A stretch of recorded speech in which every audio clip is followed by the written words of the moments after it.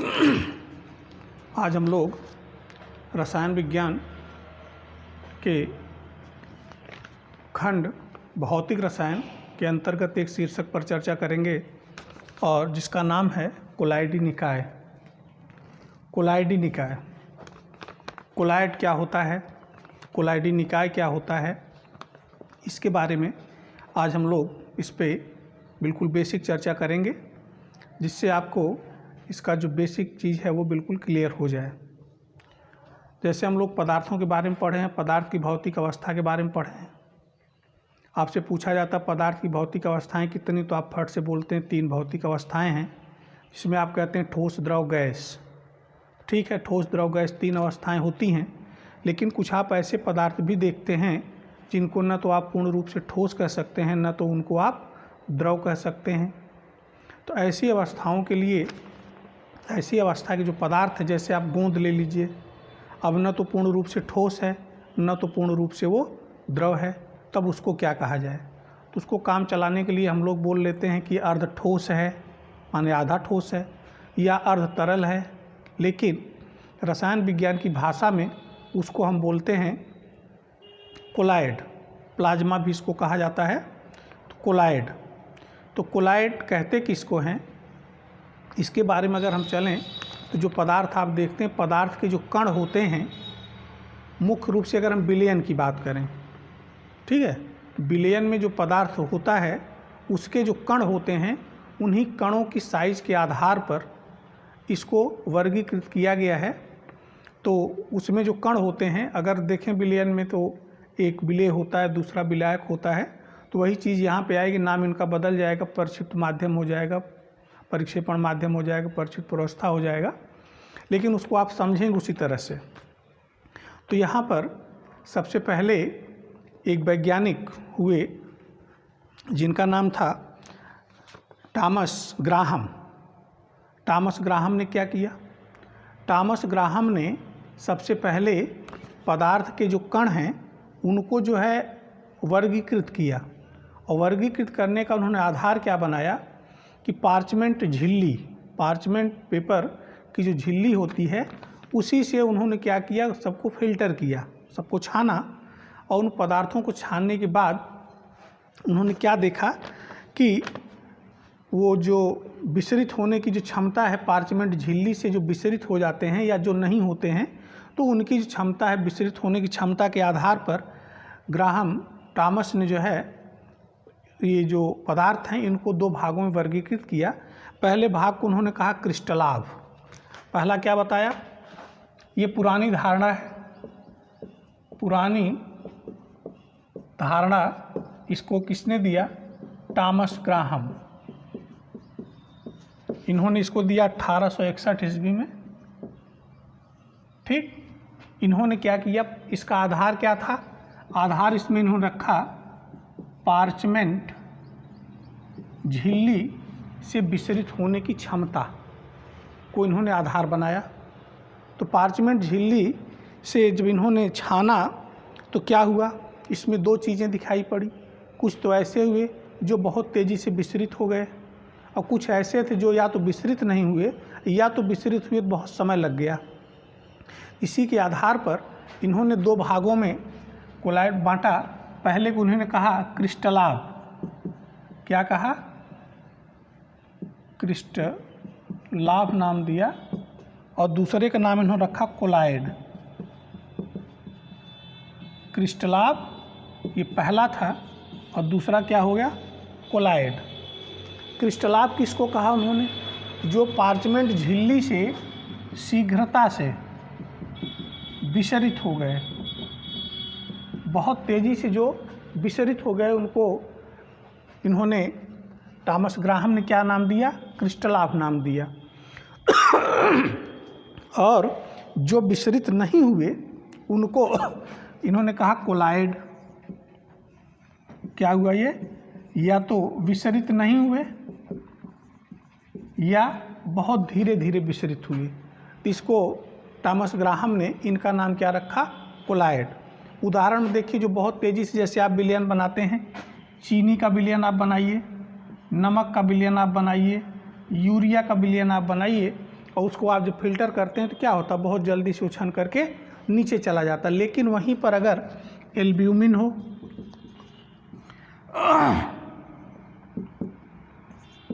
Starch हो, गोंद हो, जिलेटिन हो, इन सब का जब विलयन बना करके इनको पार्चमेंट झिल्ली से फिल्टर किया गया तो ये सब विसरित नहीं हुए। तो जो विसरित हो गए वो तो क्रिस्टलाभ हुए, और जो विसरित नहीं हुए उनका नाम क्या रखा गया, उनको कहा गया कोलाइड। ठीक, तो अब आप यहाँ पे देखिए चीनी का विलयन क्या है, ये कोलाइड नहीं है। लेकिन स्टार्च का विलयन क्या है, कोलाइड है। जिलेटिन का विलयन कोलाइड है। गोंद क्या है, कोलाइड है।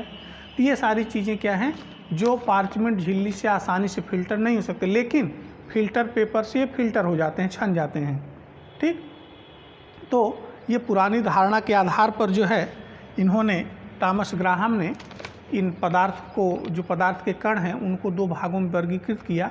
पहले का नाम उन्होंने रखा क्रिस्टलाभ और दूसरे का नाम रखा कोलाइड। जो आसानी से विसरित हो गए या शीघ्रता से विसरित हो गए उनको क्या कहा गया, उनको कहा गया क्रिस्टलाभ, और जो आसानी से विसरित नहीं हुए उनका नाम रखा गया कोलाइड।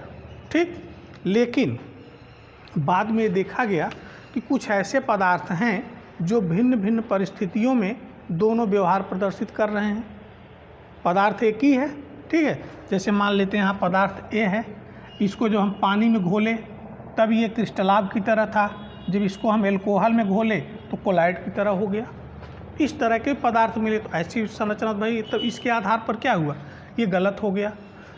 तो बाद में जो है इसमें ये समस्या पैदा हुई कि कुछ ऐसे पदार्थ थे या कुछ ऐसे पदार्थ ज्ञात हुए जो भिन्न भिन्न परिस्थितियों में भिन्न भिन्न प्रकार का व्यवहार, माने एक बार कोलाइड और दूसरी बार क्या कर रहे हैं, वो क्रिस्टलाभ जैसा व्यवहार प्रदर्शित कर रहे हैं। तो इसके आधार पर इनकी ये जो ग्राहम, ये थॉमस ग्राहम की जो ये पुरानी धारणा कोलाइडों के बारे में थी वो क्या हो गई, वो निरस्त कर दी गई, उसको कोई मान्यता नहीं मिली, मतलब ये गलत सिद्ध हो गया। जैसे उदाहरण के लिए आप सल्फर ले लीजिए, ठीक है, क्या है सल्फर, इसको जब आप एल्कोहल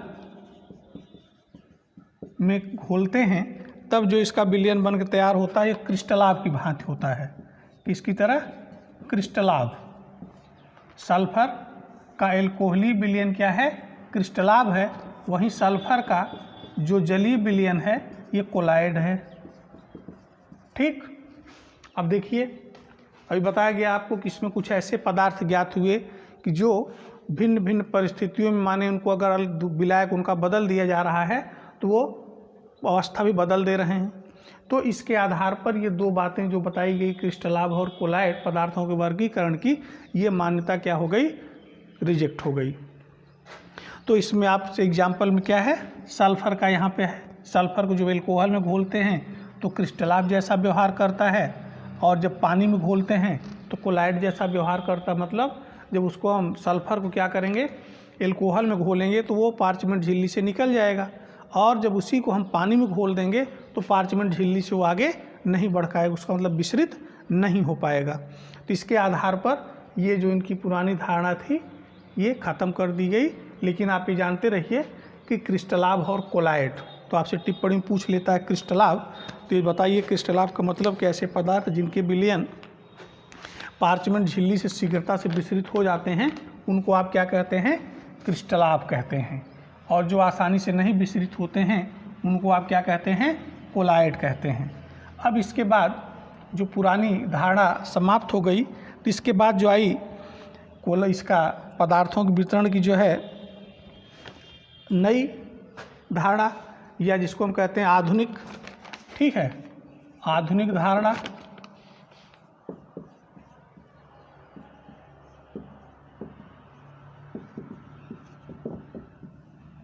कोलाइड की आधुनिक अवधारणा। अगर हम कोलाइड की आधुनिक अवधारणा की बात करें तो इसके अनुसार क्या होता है, आधुनिक अवधारणा के अनुसार जो कोलाइड होते हैं, इसका मतलब कि कोलाइड जो है पदार्थ की एक भौतिक अवस्था है, पदार्थ की एक अवस्था है जो पदार्थ के कणों की साइज पर निर्भर करती है। जो आधुनिक अवधारणा आई, जो पहली अवधारणा थी वो तो पार्चमेंट से विसरित होने की दर पर आधारित थी, और ये जो नई आधुनिक अवधारणा है ये किस चीज़ पर है, पदार्थ के कणों की साइज पर है। ये एक अवस्था है, पदार्थ की एक अवस्था है जो किस पर निर्भर करती है, जो निर्भर करती है पदार्थ की साइज पर। तो आधुनिक अवधारणा क्या है, ये पदार्थ के कण की साइज पर आधारित है।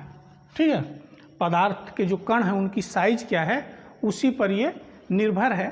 तो पदार्थ की कणों की साइज के आधार पर, अभी यहाँ पे आप देखे थे इसमें विस्तृत होने के आधार पर 2 था, अब यहाँ ये 3 प्रकार के हो जाएंगे। ठीक है, तो इसमें साइज पर निर्भर करता है, ये मुख्य रूप से आप जानते रहिए। और कोलाइडी कणों की जो साइज होती है वो क्या होता है, 50 एंगस्ट्राम से लेकर के 2000 एंगस्ट्राम के मध्य। पदार्थ के कणों की साइज जब 50 एंगस्ट्राम से बड़ी और 2000 एंगस्ट्राम से छोटी, मतलब 50 से लेकर के 2000 एंगस्ट्राम की रेंज में जब आएगा तब उसको हम क्या कहेंगे, कोलाइड कहेंगे। ठीक है, और उसके बिलियन को हम क्या कहेंगे, कोलाइडी बिलियन कहेंगे। ठीक, अब सवाल ये है कि पदार्थ को अगर इसके आधार पर हम बांटें तो पदार्थ जो होता है इसके आधार पर ये 3 भागों में बंट जाता है। ठीक, कुछ तो ऐसे होंगे जिनकी साइज़ क्या होगी, इससे छोटी होगी, और कुछ ऐसे होंगे जिनकी साइज़ इससे बड़ी होगी। तो अगर 2000 एंगस्ट्राम से बड़ा है और 50 एंगस्ट्राम से छोटा है, तब अगर छोटा है तब इसको हम क्या कहेंगे, वास्तविक विलयन कहेंगे। क्या कहेंगे, वास्तविक विलयन। और ये जो होंगे पार्चमेंट झिल्ली से क्या होंगे, बाहर निकल जाएंगे। ठीक, और ये क्या होगा, समांगी होगा। विलयन में आप जानते हैं कि 2 या 2 से अधिक पदार्थों के समांगी मिश्रण को हम क्या कहते हैं, विलयन कहते हैं। तो ये सत्य विलयन होता है, इसी को वास्तविक रूप से विलयन कहा जा सकता है। और जो बड़ा होगा वो क्या कहलाएगा, वो निलंबन कहलाएगा। निलंबन, सस्पेंशन, जिसकी साइज 2000 एंगस्ट्राम से अधिक होगी वो क्या कहलाएगा। अब आप देखिए ये 3 भाग में बंट गया। जिसकी साइज 50 एंगस्ट्राम से छोटी है वो वास्तविक विलयन है, जिसकी साइज 2000 एंगस्ट्राम से बड़ी है वो निलंबन है, और बीच में क्या बचा, बीच में बना कोलाइड। ठीक, ऐसे पदार्थ जिनके कणों की साइज 50 एंगस्ट्राम से लेकर के 2000 एंगस्ट्राम की रेंज में आती है, के मध्य आती है, उसको हम क्या कहेंगे, कोलाइड कहेंगे। ठीक है, इसको आप दूसरे इकाइयों में बदल सकते हैं। जैसे इसमें यहाँ पे देख लीजिए, यहाँ पे ऐसे हम समझने के लिए आप याद रखेंगे, कोलाइड ये निलंबन, ये बड़े कण हैं, कोलाइड इससे छोटे हैं, और ये जो विलयन है ये सबसे छोटा है। ठीक है, अब 50 एंगस्ट्राम से छोटे हैं ये, 50 से 2000 एंगस्ट्राम के बीच हैं, और 2000 एंगस्ट्राम से बड़े हैं, तो वो निलंबन हो जाएंगे, ये वास्तविक विलयन हो जाएंगे। और बीच में 50 एंगस्ट्राम से लेकर के 2000 एंगस्ट्राम के मध्य जो आया उसको आप क्या कहेंगे, उसको आप कहेंगे कोलाइड। इसको आप नैनोमीटर में भी लिख सकते हैं। ठीक है, तो ये 5 नैनोमीटर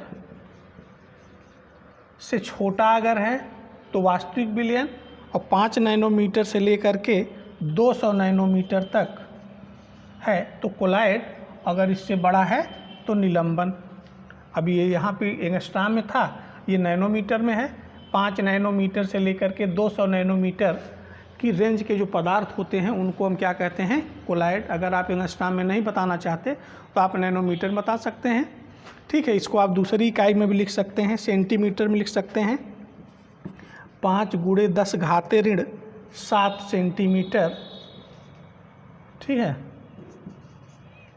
से लेकर के 2 × 10⁻5 सेंटीमीटर। इसका मतलब इस रेंज में अगर आता है 5 × 10⁻⁷ सेंटीमीटर से लेकर के 2 × 10⁻5 सेंटीमीटर की रेंज का अगर पदार्थ का कण है तब वो कोलाइड कहलाएगा। और अगर 5 × 10⁻⁷ सेंटीमीटर से छोटे कण हैं तब वो वास्तविक विलयन कहलाएगा। और 2 × 10⁻5 सेंटीमीटर से अगर बड़ा है तो वो क्या कहलाएगा, निलंबन कहलाएगा।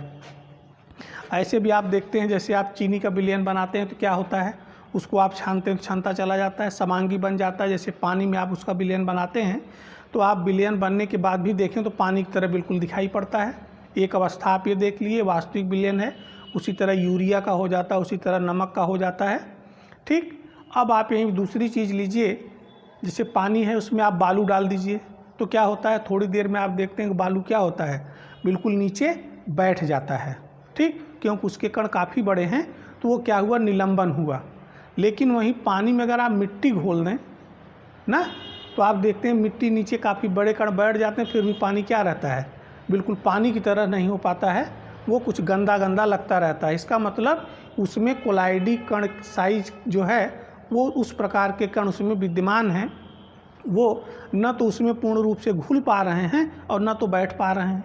तो जो यही अवस्था होती है, ये अवस्था कोलाइड की होती है। ठीक, अगर पूर्ण रूप से बैठ गया तब तो निलंबन है, सस्पेंशन है। अगर उसी में घुल गया, समांगी बना दिया, तब तो वास्तविक विलयन है।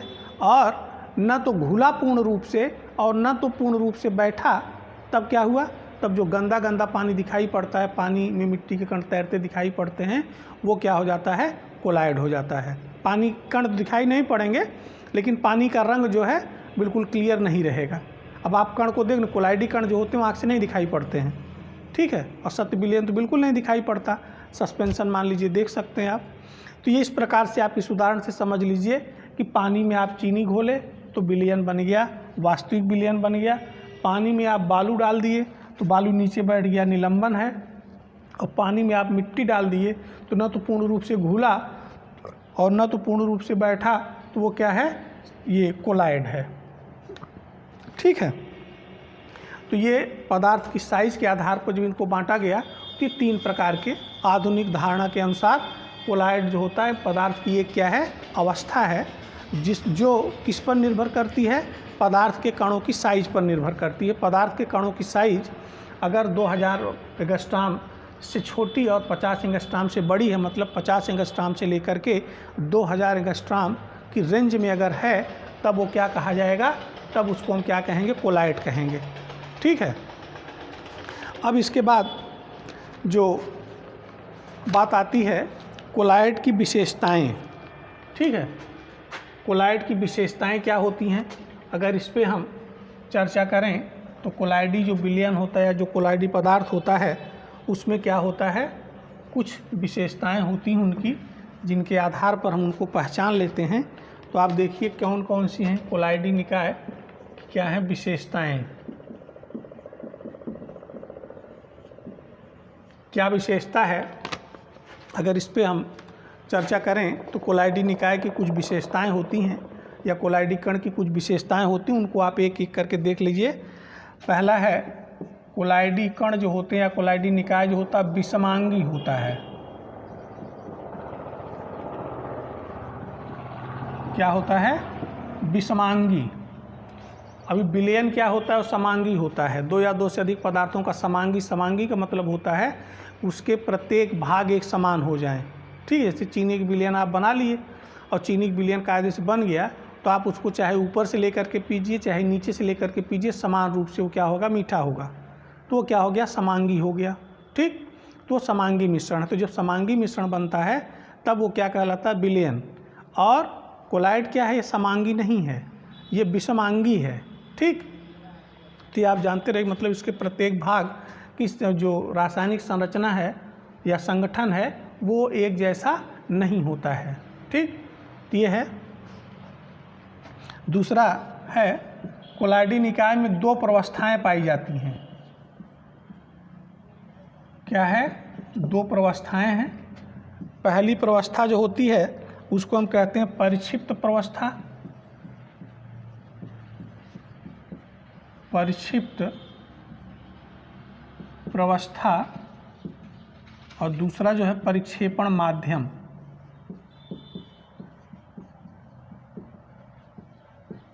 परिक्षिप्त प्रवस्था और परिक्षेपण माध्यम, ये 2 चीज़ें से विलयन में आप देखते हैं, एक विलेय होता है, दूसरा विलायक होता है।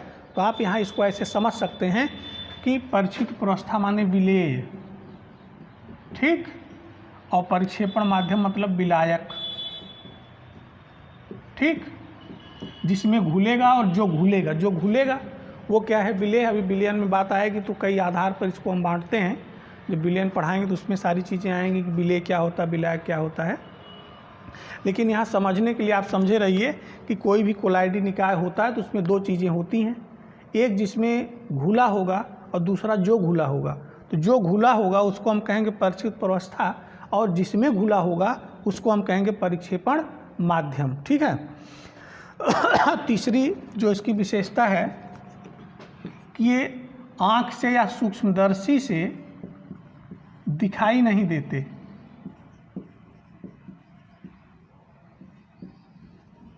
कोलाइड का जो साइज होता है वो इतना छोटा होता है, उसको आप चाहें ऐसे आँख से, ऐसे नंगी आँख से या सूक्ष्मदर्शी की सहायता से देख लें तो ये संभव नहीं है। तो ये क्या है, कोलाइड की एक विशेषता है कि इसको हम नंगी आँख से नहीं देख, निलंबन को तो देख सकते हैं, वास्तविक विलयन को भी नहीं देख सकते हैं, विलयन में जो कण हैं उसको नहीं देख सकते हैं। ठीक है।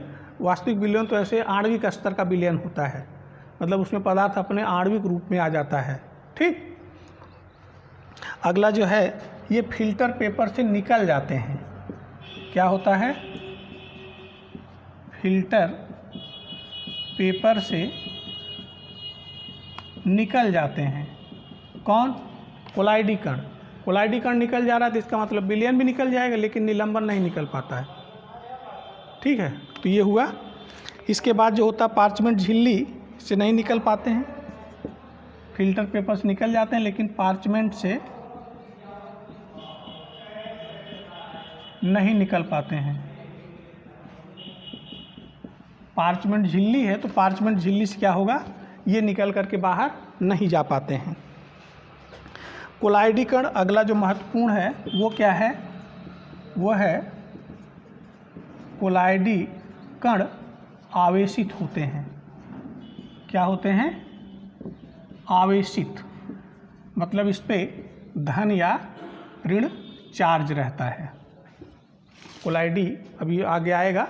तो जो कोलाइड के कण होते हैं वो आवेशित रहेंगे। अब इसमें दो बातें हो सकती हैं, हो सकता है कि धन आवेश हो सकता है कि ऋण आवेश हो। तो वैद्युत कण संचलन बताएंगे तो वहाँ पर इसका डिटेल किया जाएगा। अगला जो होता है, कोलाइडी विलयन में उपस्थित कोलाइडी कणों के पृष्ठ जो होता है अधिक होता है। कोलाइडी कण जो हैं, अगर उनकी बात हम करें तो क्या रहता है, उनका पृष्ठीय क्षेत्रफल अधिक होता है। क्या रहेगा, पृष्ठीय क्षेत्रफल अधिक होता है। ठीक, सीधी सी बात है कि कण जितने छोटे रहेंगे, अगर इनके पृष्ठ का क्षेत्रफल हम निकालें तो क्या आएगा, ज़्यादा आएगा। तो कोलाइडी कण जितने छोटे रहेंगे, पृष्ठीय सतह उनकी क्या रहेगी, उतना अधिक उनका योग आएगा। तो आप इसको ऐसे कह सकते हैं कि पृष्ठ क्षेत्रफल जितना अधिक होगा, कोलाइडी कण उतने छोटे होते हैं। तो ये है कोलाइडी कणों की क्या है, विशेषताएं। और इसका मतलब कि कोलाइडी कणों का जैसे जैसे आकार बढ़ता जाएगा वैसे वैसे उनका पृष्ठ क्षेत्रफल क्या होता जाएगा, कम होता जाएगा। ठीक, ये आप कह सकते हैं जैसे जैसे पृष्ठ क्षेत्रफल बढ़ता जाएगा वैसे वैसे कणों की साइज क्या होगी, घटती जाएगी। ठीक, अब आगे हम बात करते हैं, ये हो गई विशेषताएं। विशेषताओं में आपने देखा क्या, कोलाइडी निकाय जो होता है विषमांगी होता है। इसमें दो प्रवस्थाएं पाई जाती हैं, परिक्षिप्त प्रवस्था और परिक्षेपण माध्यम। परिक्षिप्त प्रवस्था का मतलब जो घुला होता है, परिक्षेपण माध्यम का मतलब जिसमें घुला होता है। ये सूक्ष्मदर्शी से दिखाई नहीं पड़ते हैं, ये फिल्टर पेपर से निकल जाते हैं, ये पार्चमेंट झिल्ली से नहीं निकल पाते हैं। कोलाइडी कण आवेशित होते हैं, चाहे उस पर धन आवेश हो सकता है चाहे ऋण आवेश हो सकता है। कोलाइडी विलयन में उपस्थित कोलाइडी कणों का जो पृष्ठ क्षेत्रफल होता है वो कण जितने छोटे होते हैं वो उतने अधिक होता है। तो कोलाइडी कण काफ़ी छोटे होते हैं, इसलिए कोलाइडी कणों का जो होता है पृष्ठ क्षेत्रफल काफ़ी अधिक होता है। और कोलाइडी कणों का जो पृष्ठ क्षेत्रफल बढ़ाने पर जो होता है उनका पृष्ठ क्षेत्रफल बढ़ेगा, इसका मतलब कणों की साइज घटेगी। ठीक, अब आइए देखते हैं कोलाइडी निकाय के प्रकार। कोलाइडी निकाय के प्रकार। अब कोलाइडी निकाय कितने प्रकार का होता है, इस पे अगर हम चर्चा करें तो इसको हम कई प्रकार से बांट सकते हैं। किसी चीज़ को वर्गीकृत करने के लिए एक से ज़्यादा आधार होते हैं। ठीक है, तो उन आधारों पे अलग अलग प्रकार के हो सकते हैं। ठीक है, हाँ, तो जैसे आधार का मतलब आप समझ रहे हैं। जैसे मान लीजिए कभी यहाँ हम वर्गीकृत कर दें कि कक्षा 8 अलग, कक्षा 7 अलग, तो एक प्रकार कक्षा के अनुसार से वर्गीकरण हो गया। ठीक है, एक प्रकार का वर्गीकरण क्या हो गया, कक्षा के अनुसार, कक्षा 6 में है, कक्षा 7 में, 8 में। लड़कों के एक वर्गीकरण ये हो गया। दूसरा वर्गीकरण ये हो सकता है भैया इस स्कूल में कितने लड़के जो क्रिकेट खेलते हैं, कितने हैं जो फुटबॉल खेलते हैं। इस तरह से 2 वर्गीकरण हो गया। दूसरा आधार जो खेल के आधार पर कर दिया तो 2 हो गए, और कक्षा के आधार पर अगर 4 हुए। तो इसी प्रकार से किसी पदार्थ का जब वर्गीकरण करते हैं तो उसके लिए एक आधार पहले फिक्स करते हैं। तो अब इस पर कई आधार हैं, तो सारे आधारों पर इसको हम देखते हैं कि कोलाइडी विलयन जो होते हैं वो कितने प्रकार के होते हैं। तो पहले हम इसमें पहला जो आधार लेते हैं परिचित प्रावस्था के कणों के जो घटक हैं उनके आधार पर। ठीक है, पहला आधार क्या है, परिक्षिप्त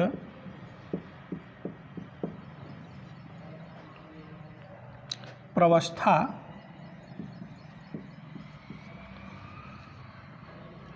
के कणों के घटकों के आधार पर। परिचित प्रावस्था माने जो घुला है, यहाँ हम लिख दे रहे हैं समझने के लिए, विलेय के जो कण हैं उनमें कौन कौन से घटक हैं, इसके आधार पर अगर हम देखें तो ये 2 प्रकार का होता है। एक होता है बहुआण्विक, क्या है, बहुआण्विक, और दूसरा है बृहत आणविक।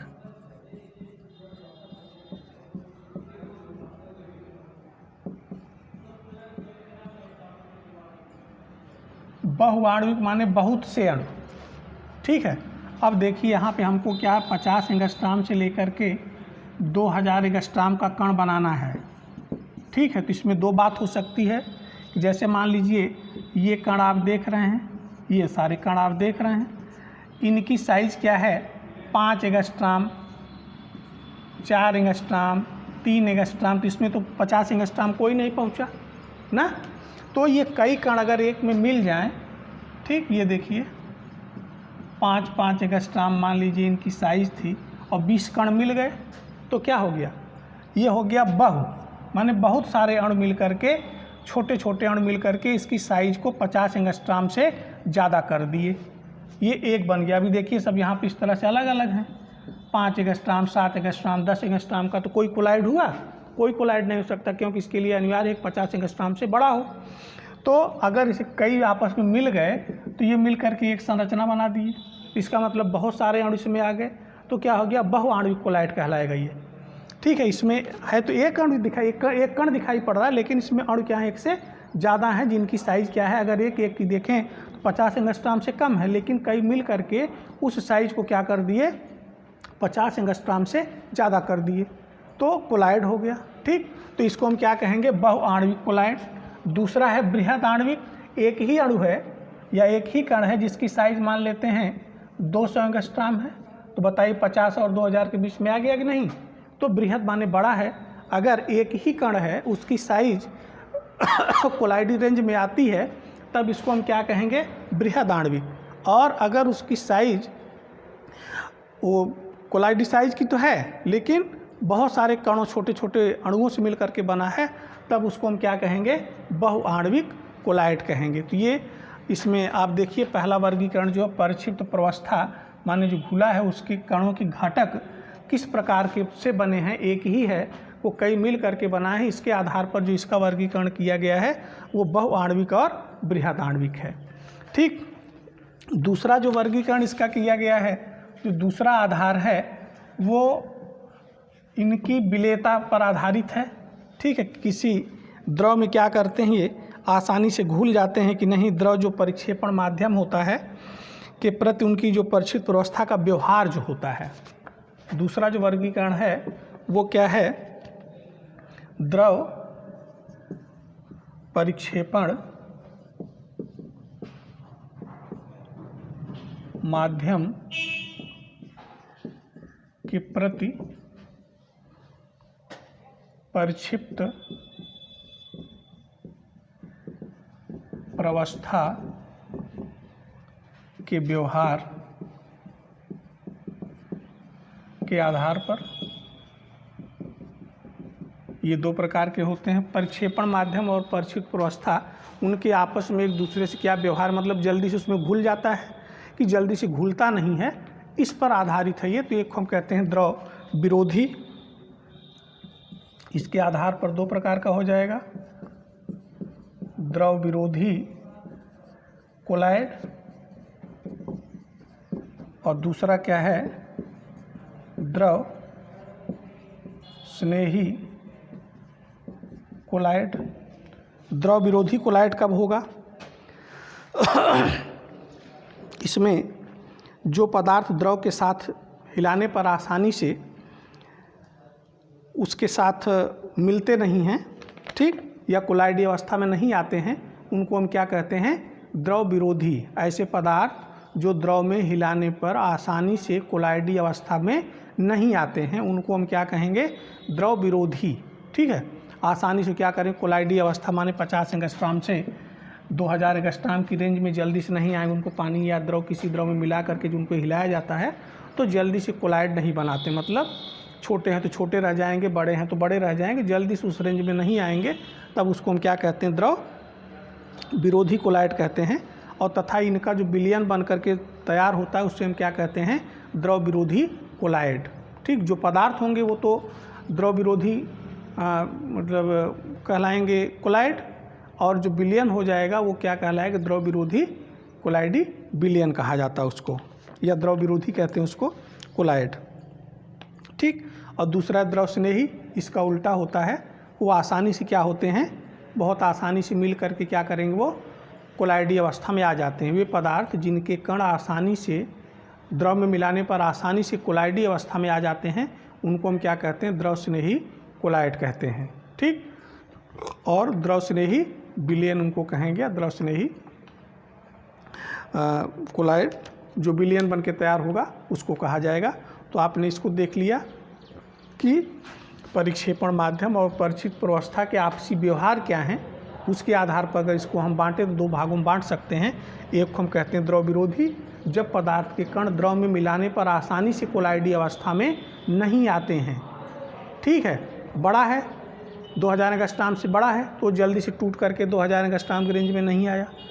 वास्तविक विलयन है तो उसके अणु जल्दी से मिल करके कोलाइड अवस्था में नहीं आए। ठीक, तब क्या कहलाएगा? वो द्रव विरोधी कहलाएगा। और अगर ऐसे पदार्थ हैं जो द्रव में मिलाने पर आसानी से कोलाइडी अवस्था को ग्रहण कर लेते हैं, तब उसको हम क्या कहेंगे? द्रव स्नेही कोलाइड कहेंगे।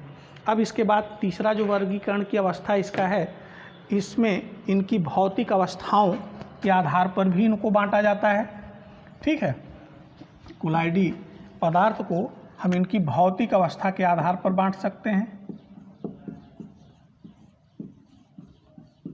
तो भौतिक अवस्था किसकी हम देखेंगे? परिक्षेपण माध्यम की और परिक्षिप्त प्रावस्था की। परिक्षेपण माध्यम और परिक्षिप्त जो प्रावस्था है उनकी भौतिक अवस्थाएं क्या हैं, इनके आधार पर, जैसे द्रव का गैस में है, गैस का द्रव में है, ठोस का द्रव में है, इस आधार पर अगर इसको हम बांटेंगे तो ये 8 प्रकार का होता है। होता तो 9 का है, लेकिन 9 जो होता है गैस का, गैस में अगर है, जैसे परिक्षेपण माध्यम भी गैस है और परिक्षिप्त प्रावस्था भी गैस है, तो क्या हो जाता है? समांगी मिश्रण बन जाता है। तो ये समांगी मिश्रण होकर के कहाँ आ जाता है? वास्तविक विलयन। क्यों? क्योंकि अभी आपको कोलाइडी विलयन की विशेषता बताया गया। तो कोलाइडी विलयन क्या होता है? विषमांगी होता है। तो गैस और गैस का मिश्रण याद रखिएगा कि क्या होता है? समांगी होता है, तो कोलाइड की श्रेणी में नहीं आता है। तो नेक्स्ट वीडियो में आपके यहाँ एक सारणी बताई जाएगी कि उसमें परिक्षेपण माध्यम क्या है और परिक्षिप्त प्रावस्था क्या है, तो उससे जो कोलाइड बन के तैयार होता है उसका नाम क्या दिया जाता है। ये काफ़ी महत्वपूर्ण है, इस चीज़ को नेक्स्ट वीडियो में। तब तक के लिए धन्यवाद।